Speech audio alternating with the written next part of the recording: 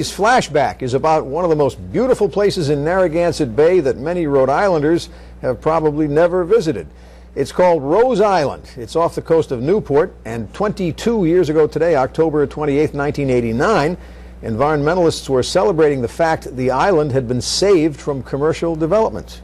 It is an isolated Narragansett Bay island in the shadow of the Newport Bridge. It is home to the Rose Island Lighthouse, built in 1869. Now Rhode Island environmentalists are leading an offensive to save Rose Island from the threat of development. It's the last bastion we have of beauty, and as you come into this harbor, if you can see a beautiful place like Rose Island instead of those terrible t-shirt town buildings and the harbor condominiums, you might think Newport was a beautiful place and a beautiful harbor, which it can be. And enjoy the lighthouse, take a peek. The historic lighthouse belongs to the city of Newport, but the rest of the 17-acre island was purchased by the Newport-based CMTS partnership in 1969 for $27,000. Rose Island has been a home for the military off and on for nearly 200 years.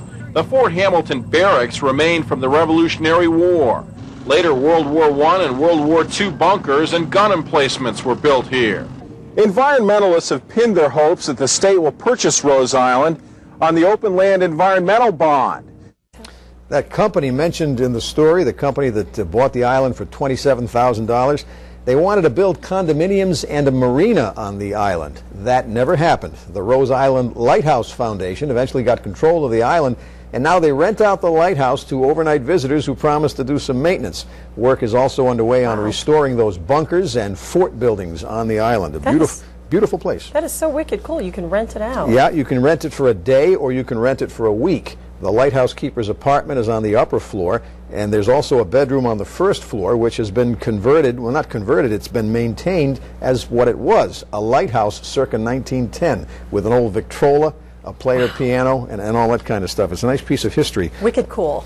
The reporter, by the way, in 1989, Martin Morenz, was working in TV news in Boston until, we believe, just recently. All right.